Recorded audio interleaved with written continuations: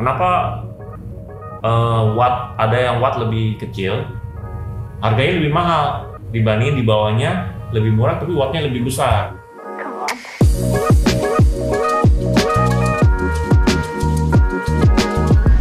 Halo guys, kembali lagi di channel YouTube Dynamics Auto Sound.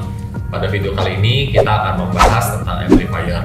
Lebih detailnya kita akan membahas tentang watt daripada amplifier dan seberapa fungsinya amplifier terhadap speaker itu.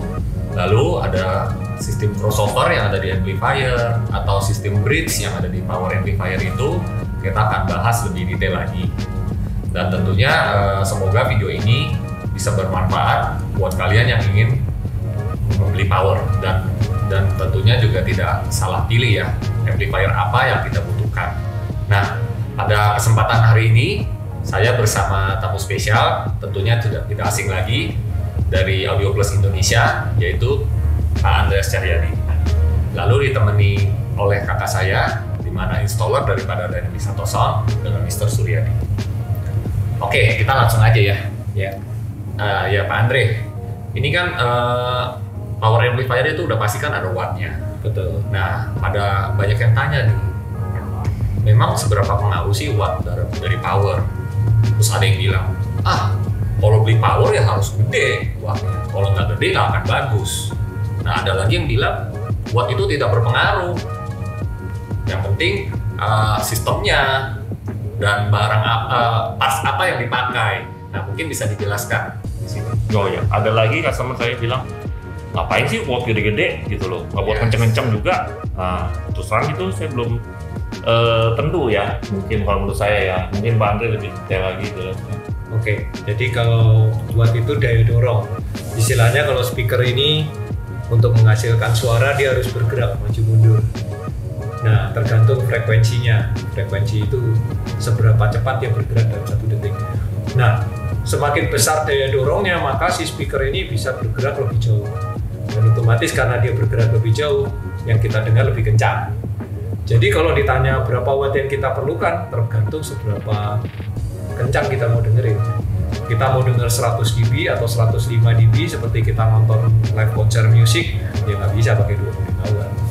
Tapi kalau kita mau denger santai sambil kita ngobrol begini, 10-20 watt udah cukup. Jadi kalau kita ditanya berapa watt yang kita perlukan, tergantung kita mau seberapa kencang denger musiknya. 100 dB, 105 dB atau cuma 90 dB, atau normal seperti kita ngobrol paling 70-75 dB. Nah, umumnya di mobil sih amplifier antara 50 sampai 75 watt. Itu udah cukup. Juga tergantung besaran speakernya. Kalau kita lihat misalnya Twitter ini, dia range frekuensinya antara 4000 Hz ke atas misalnya. Tentunya dia nggak akan butuh watt yang lebih besar daripada driver 6 inch seperti ini. Karena driver yang ukurannya lebih besar, dia butuh tenaga lebih besar. Ibaratnya mobil aja. Kalau mobilnya badannya besar seperti Innova, ya butuh mesin lebih besar. Kalau bodinya lebih kecil seperti Sigra atau Calya, ya mesinnya lebih kecil. Ya kalau buat amplifier itu seperti cc-nya mesin.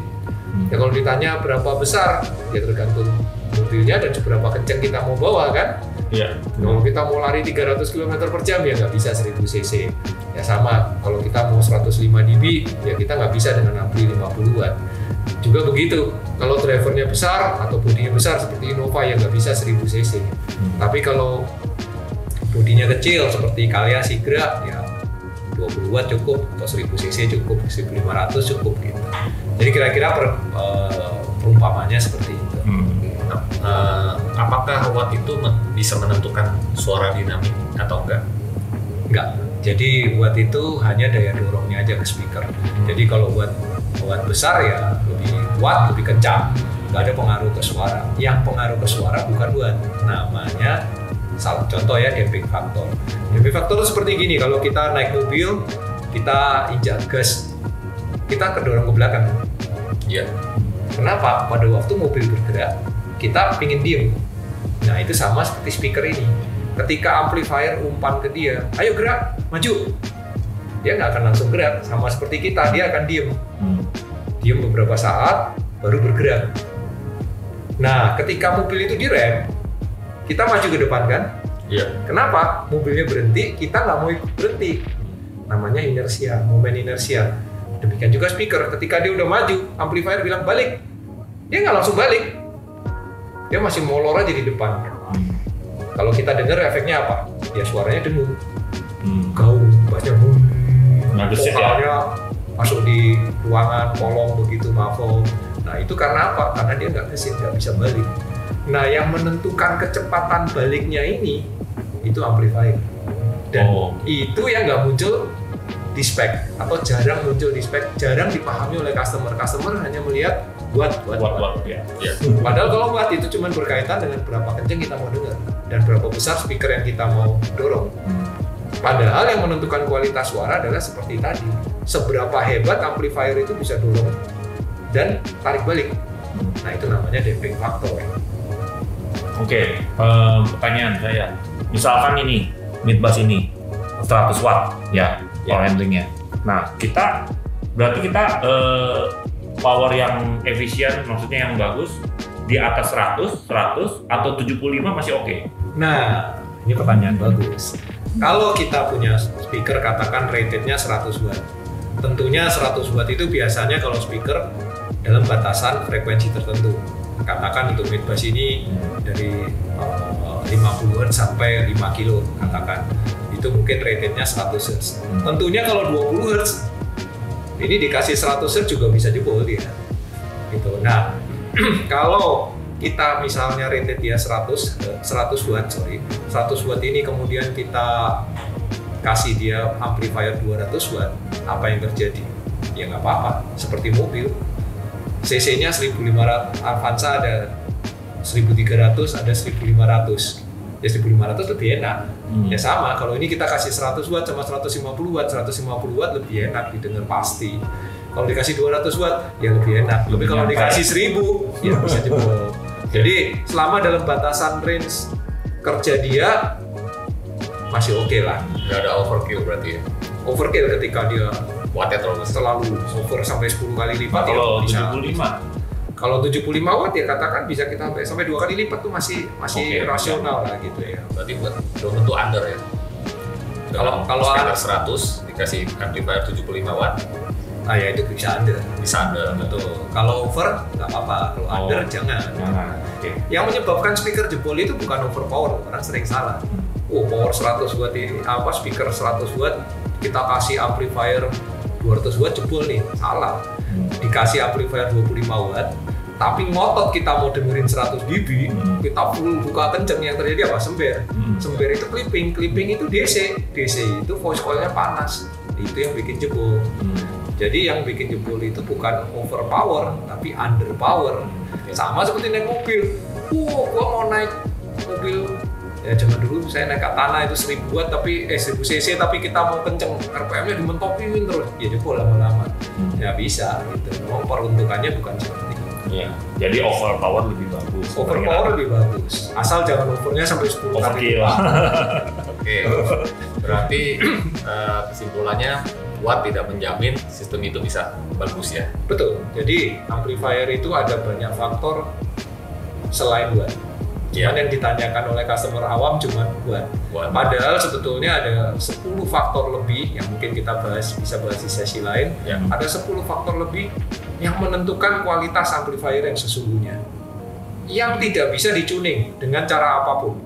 Jadi punya DSP secanggih apapun, kalau amplifiernya udah begitu, ya begitu. Oke. Nah itu ada 10 faktor lain. Berarti pemilihan amplifier berdasarkan watt juga harus disesuaikan dengan kebutuhan speaker itu sendiri ya Pak? Nah, kebutuhan speaker dan seberapa kencang kita mau. Seberapa kencang kita mau, apa yang kita butuhkan gitu ya? Seberapa kencang kita mau dengar. Nah ini ada lagi nih, kan tadi soal watt. Tadi Pak Andre bilang gedein, kencengin. Berarti kita bicara gain nih, Andre. Iya. Ya. Atau orang kan gain jangan kecil-kecil. Orang dibikin gede, kenapa dikecilin? Nah, itu bagaimana? Dan belum lagi ada crossover. Ada crossover, high pass, low pass. Belum lagi kalau di power monoblock, bahkan kalau di power tertentu ada bass boost. Iya. Nah, seringkali orang tuh, gainnya kurang gede, boostnya aja kita naikin. Apa bedanya itu dan bagaimana cara tuning gain yang benar itu, Pak Andre? Oke, Jadi kalau gain itu sebetulnya adalah signal, katakan ini signal suara yang masuk ke amplifier. Kalau gain itu seperti kita punya selang, lalu mengalir air di dalam selang ini. Kalau kita tutup selangnya, pancarannya lebih apa?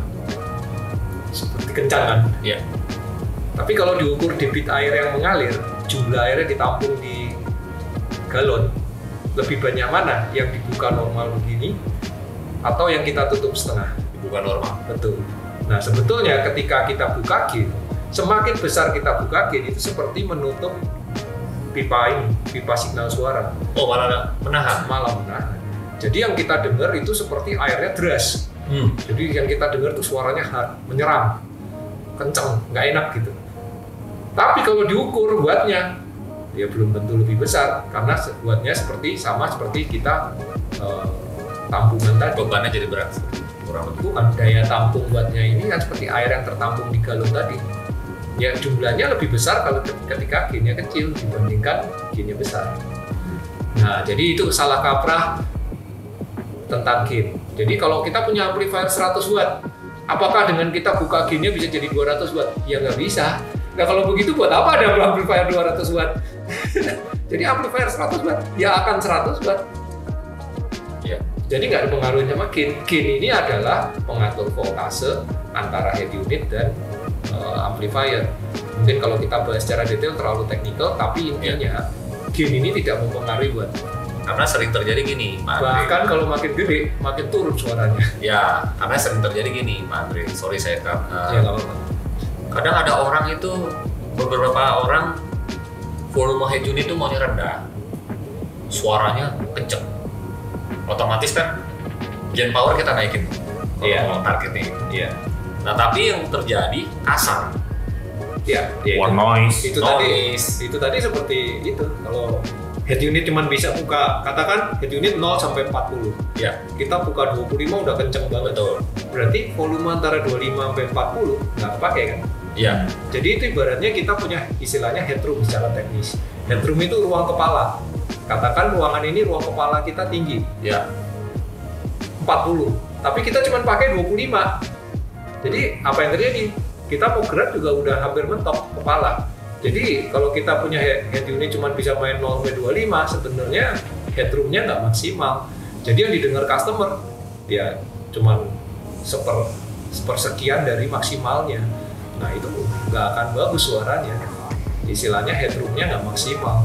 Kita nggak bisa dengerin suara tuh dari pelan sampai kenceng dengan gradasi yang baik. Nah kita cuma bisa dengar dari sini loncat sini udah mentok. Headroomnya udah habis gitu. Dan salah satu sebabnya kenapa volume head unit sampai tinggi ya. Itu sebabnya. Itu sebabnya juga ya. Idealnya kalau kita punya volume 40, kita harus bisa buka sampai 40. Oh, ya. Itu secara teknis yang paling benar seperti 40 itu. masih bisa didengar ya. 40 udah mulai kencang. Ya. Mulai sember lah, mulai clipping. Saya biasanya 2/3. 2/3. Ya, patokannya biasanya 2/3 sampai 2/3 itu udah kencang banget. Lewat dari 2/3 mulai sember. Karena kan tergantung rekaman. Misalnya kita pakai Chesky record kan rekamannya pelan. Yeah. Nah kita mungkin butuh sisa yang sepertiga tadi. Ya. Tapi kalau rekaman normal, ya kita pakai 2/3 tadi udah kencang. Tapi kalau setengah udah kencang, itu over. Jadinya ya suaranya nggak maksimal, nyerang gitu. Untuk gain, saya mau tanya sedikit nih. Ada patokannya nggak? Kan kata orang kan jam 9, kurang lebih 4. Ada yang bilang jam 11. Ada lagi yang bilang nggak bisa dong jam 1. Nah itu bisa dilihat dari mana gitu?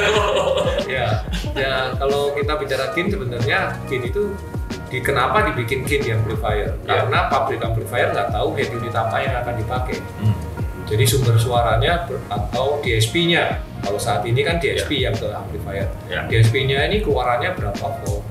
Kalau katakan DSP-nya 6 volt, ya di amplifier itu ada tulisannya 6 volt ya kita taruh 6 volt. 6 voltnya itu nggak di maksimum, 6 voltnya itu di minimum biasanya. Gitu. Jadi kalau ini outputnya DSP besar, gainnya harus kecil. Sebaliknya kalau kita punya head unit jadul yang voltnya cuma 2 volt, nah baru tuh gainnya naik sampai jam 12 ya, supaya di angka 2. Nanti makin kecil, wah head unitnya jadul banget nih, cuma 1 volt, otomatis gainnya harus tinggi lagi.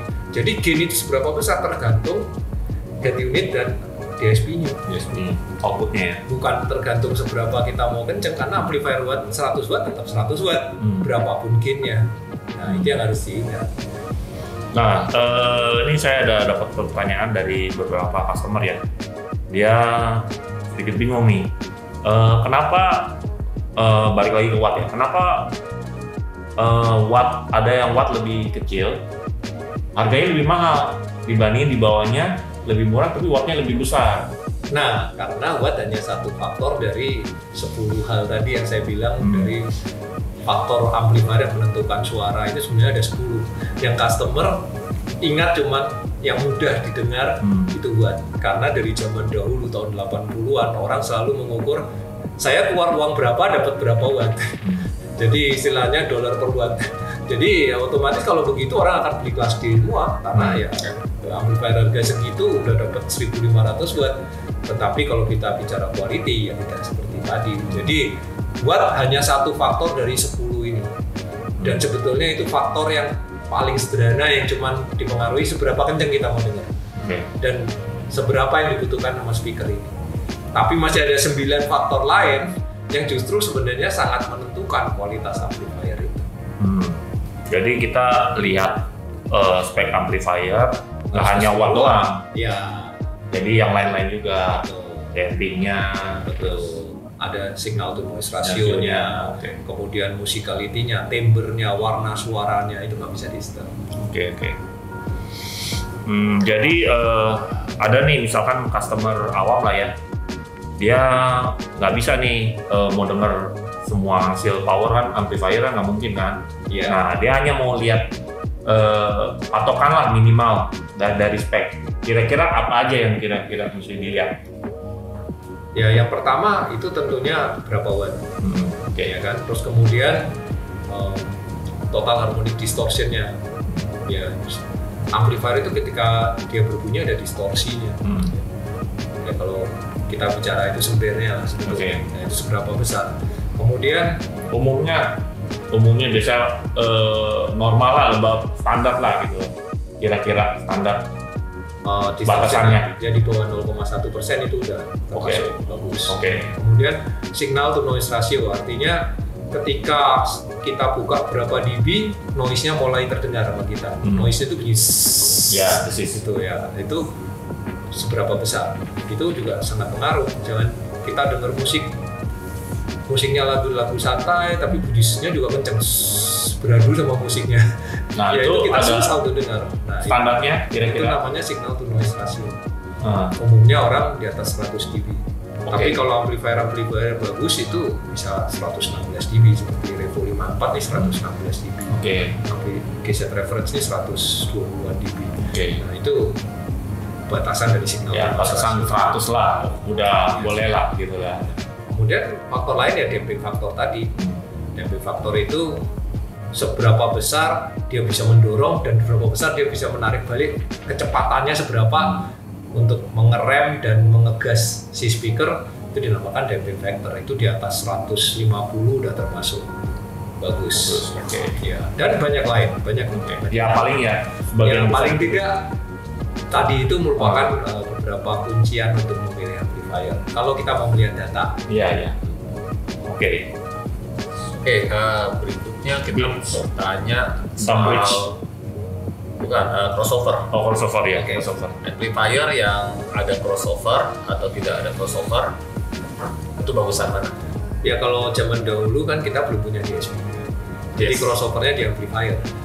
Jadi kalau lihat generasi Crescendo Evolution itu hampir semua ada crossovernya. Karena zaman dulu kita belum punya DSP, kita putar ke belakang, dengerin di depan, putar ke belakang, dengerin di depan. Tapi sekarang kita udah punya DSP dan harganya udah mulai semakin murah nih ya. Kalau zaman dulu semakin affordable lah. Iya, kalau zaman dulu di atas 10 juta, sekarang udah deket-deket di bawah 5, di bawah 3, dan sekarang udah makin murah. Sehingga semakin affordable, bisa terbeli. Buat apa lagi kita punya crossover di amplifier yang jauh lebih rumit, kita harus bolak-balik depan belakang. Jadi fitur itu di seri Revolution kita hilangkan. Demikian juga amplifier seperti GZ reference ini kita bisa bypass. Makanya dia disebut pure SQ, kita bisa bypass. Di seri Plutonium juga kita bisa bypass. Di amplifier premium seperti Audiowave nggak ada lagi crossover. Demikian juga bass boost, EQ tadi yang ditanyakan bass boost itu sebenarnya kan EQ. Zaman dulu nggak ada juga DSP. Ya EQ-nya di mana ya di amplifier kita bass boost, lebih enak nih bassnya kurang kenceng, kurang nendang, ditambah frekuensinya disetel itu kan sebenarnya EQ. Nah sekarang EQ-nya udah ada di DSP, buat apa lagi? Jadi yang amplifier modern sekarang juga udah nggak ada. Ya lagi udah ada di head unit juga udah ada. Betul. Jadi double. Dan yang paling susah di setel yang mana? Yang amplifier. Bisa beli ke belakang atau di bawah jok. Paling susah diakses. Itu pengertian bass boost itu apa tuh? EQ. EQ ya. Betul, itu EQ. Gain ya. Kadang-kadang orang tuh, wah harus di boost dong biar kenceng gitu. Enggak. Dia bukan gain. Dia bass boost itu EQ. EQ-nya kita taruh di frekuensi berapa, kemudian mau di boost berapa. Cuman begitu kita boost kan subwoofernya distorsi. Ya, yang saya tahu juga beda ya suaranya yang udah ada crossover sama yang sama sekali nggak ada fitur crossover. Pasti beda. Lebih lost gitu. Ya. Dan powernya juga lebih pure ya, nggak kepotong gitu Ya, lah. karena setiap fitur yang ditambahkan itu di dalamnya ada rangkaian lagi. Dan setiap rangkaian ini utamanya pakai IC dan IC ini yang membuat kualitas suaranya jadi drop. apakah kan ada setelan low pass, high pass, full range. Nah kalau kita setel full range dengan power yang tidak ada crossover sama sekali, sama atau sama aja? Sama. Kalau full range itu berarti jalurnya udah langsung bypass. Ya, seperti di Evo 7 kan ada pilihan full range. Nah, itu full range itu artinya udah semua yang tadi itu yang tambah-tambah komponen itu di skip semua. Lalu yang terakhir nih, pertanyaan terakhir. Ya. Kita sering lihat power tuh ada tulisan bridge. Ya. Ya, nah bridge itu apakah berlaku hanya subwoofer, speaker tidak berlaku, atau bagaimana? Dan di bridge itu kan banyak macam nih. Kadang kita sering dengar ya, 2 ohm. Oh kalau subwoofer udah pasti bener 1 ohm. Lu jangan main 2 ohm, 4 ohm gitu. Ya. Nah itu bisa nggak penjelasannya seperti apa tuh? Di bridge itu begini. Jadi kalau amplifier monoblok nggak bisa di bridge. Ya karena memang amplifier cuma satu. Kalau amplifier 2 channel bisa di bridge. Jadi istilahnya saya dan Suryadi kanal sendiri, saya kanal sendiri. Di bridge ini dibuat jembatan. Jadi istilahnya saya sama Suryadi gandengan maju bareng dorong satu subwoofer atau satu speaker. Itu namanya di bridge, bikin jembatan di antara kita sehingga kita berdua bisa dorong satu speaker. Keuntungannya apa? Tenaganya naik. Naiknya berapa besar? Kalau power supply-nya mumpuni, secara teori itu bisa 4 kali lipat. Jadi amplifier 100 watt, saya 100 watt, Suryadi 100 watt. Kalau kita di bridge, jalan barengan, jadinya 400 watt. Terus pertanyaan orang, kalau gitu semua ampli di bridge aja? Iya. Iya dong? Iya. Nah, ketika di bridge, yang terjadi adalah semua speknya yang tadi kita sebutkan turun, drop. Turun jauh. Jadi kontrol damping faktornya, signal to noise ratio, harmonic distortionnya semua drop ketika di bridge. Tapi keuntungannya kita punya watt besar. Jadi buat apa punya bridge? Ya istilahnya udah terlanjur beli amplifier ini. Mau dibuang sayang, mau dipakai, mau ganti yang subwoofer tapi kurang tenaga, ya udahlah di bridge. Tapi kalau memang ada budget, ya gantilah ampli yang lebih gede, yang nggak perlu di bridge, yang main normal aja gitu. Itu pasti lebih baik. Oke, nah kalau kayak ini nih Pak, Crescendo Revo 5. Ya. Nah, itu ada keterangannya tuh, stereo 2 ohm atau bridge 4 ohm. Betul. Nah, itu kenapa bikin kayak gitu? Kenapa nggak bridge 2 ohm aja gitu loh? Oke. Keunggulannya apa? Dan proses power yang lain seperti kayak Ground Zero, dia kan ada bisa bridge 4 channel lah, di bridge double 1 ohm per channel gitu. Ya. Jadi begini, ohmnya itu kan ohmnya speaker. Jadi kalau kita bilang 4 ohm, itu kan ohmnya speakernya ini 4 ohm.